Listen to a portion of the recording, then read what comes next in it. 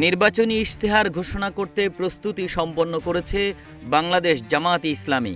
দলটি জানায়, আগামী ৪ ফেব্রুয়ারি ঢাকার বনানীর হোটেল শেরাটনে এক আনুষ্ঠানিক আয়োজনের মাধ্যমে ইশতেহার প্রকাশ করা হবে। জামায়াতের সহকারী সেক্রেটারি এবং প্রচার ও মিডিয়া বিভাগের প্রধান অ্যাডভোকেট ইহসানুল মাহবুব জুবায়ের ২ ফেব্রুয়ারি বিষয়টি নিশ্চিত করেন।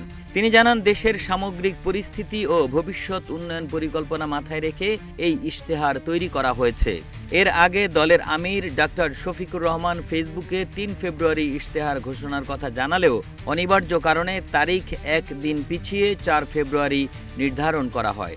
দলীয় সূত্রে জানা গেছে, এবারের ইশতেহারে দুর্নীতি দমন, সুশাসন প্রতিষ্ঠা, মানবাধিকার, অর্থনৈতিক উন্নয়ন এবং পররাষ্ট্রনীতির মতো গুরুত্বপূর্ণ বিষয়গুলো বিশেষভাবে গুরুত্ব পেতে পারে। ইশতেহার ঘোষণার অনুষ্ঠানে বিদেশি কূটনীতিকদের উপস্থিতিও থাকবে বলে জানিয়েছে জামায়াত। এতে বাংলাদেশে নিযুক্ত বিভিন্ন দেশের রাষ্ট্রদূত, হাইকমিশনার ও আন্তর্জাতিক সংস্থার প্রতিনিধিরা অংশ নেবেন।